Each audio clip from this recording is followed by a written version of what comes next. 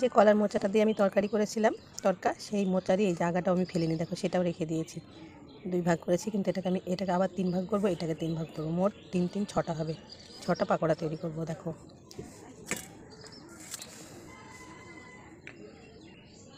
তার জন্য এখানে নিয়ে নিয়েছি অল্প একটু বেসন আর অল্প একটু চালের গুঁড়ি, আতপ চালের গুঁড়ো। এতে এবার একটু পেঁয়াজ ছোটো ছোটো করে কেটে দেবো, একটু লঙ্কা।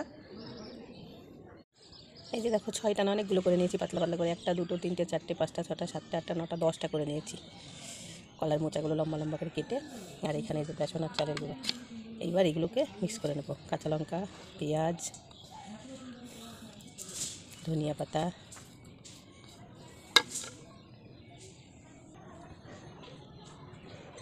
একটুখানি হলুদ, জিরের গুঁড়োটা ফুরিয়ে গিয়েছে, নেওয়া হয়নি। এটা হচ্ছে লঙ্কা গুঁড়ো,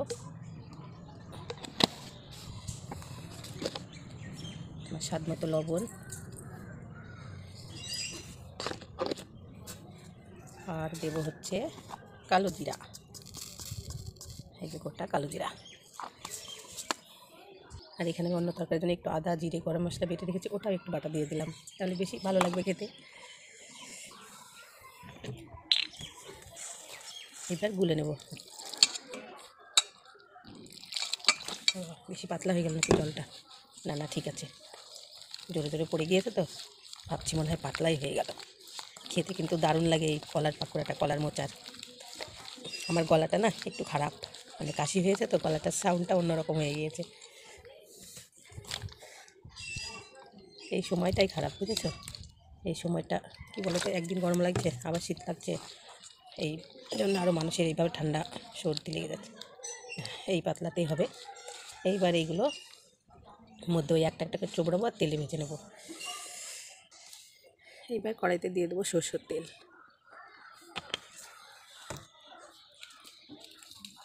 তেলটা গরম হবে, ব্যাস 2 3টে যা হবে সেইভাবে ভেজে নেব।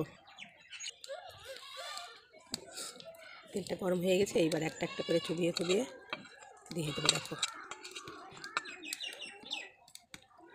বিসমিল্লাহ। খেতে কিন্তু দারুণ লাগে, দারুণ, অসম্ভব সুন্দর লাগে। তোমরা বানিয়ে দেখবে খেয়ে। আমি তো কিছুই ফেলি না, কলের মোচা নিয়ে আসলে আগাটাও ফেলি না, কোয়াগুলোতে বেছে বেছে নিই। যতগুলো আসবে ততগুলো দিয়ে দেবো একসঙ্গে। দেখি কটাতে অনেকটাই তেল দিয়েছি।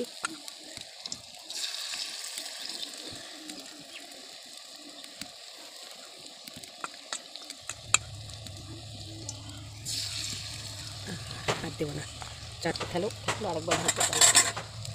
এইভাবে সবগুলো ভেজে নেব, উল্টিয়ে পাল্টিয়ে একদম লাল লাল করে ভেজে নেব। দেখো একসঙ্গে ভাজা হয়ে যাচ্ছে, সবগুলো ছেড়ে যাবে অবশ্য, এখন জোড়া লেগে আছে তাই। একটা একটা করে ছাড়তে শুরু করে দিয়েছে, দেখো এই যে সব একটা একটা হয়ে গেল।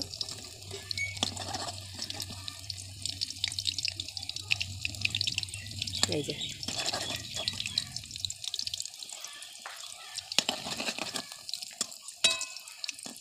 এক সবজির 2টো তরকারি বানিয়ে ফেললাম, দেখেছো? খেতে কিন্তু দারুণ লাগে এটা। এটা চায়ের সাথে ভালো লাগে, আবার ভাতের সঙ্গে ভালো লাগে, মানে বিকেলের টিফিনেও ভালো লাগে এটা। এই যে দেখো সুন্দর একটা একটা হয়ে গেছে, লাল হয়ে গেছে, একদম লাল লাল করে, বেশি পোড়ালে ভালো লাগবে না, পেটে হয়ে যাবে। এইটা তেল ঝরিয়ে তুলে নেব।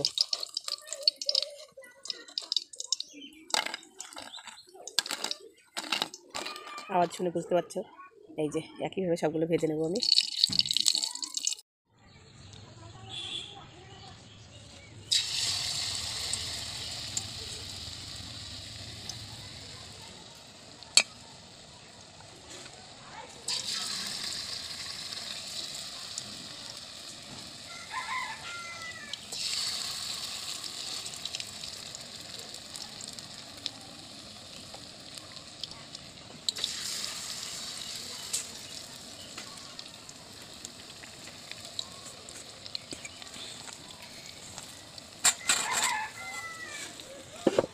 ওইভাবে একইভাবে ভেজে নেব এগুলো।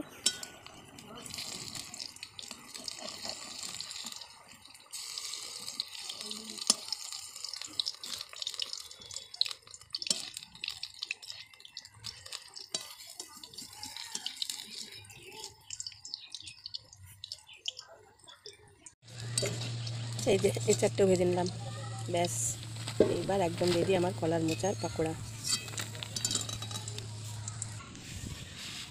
খেতে কিন্তু দারুণ লাগে।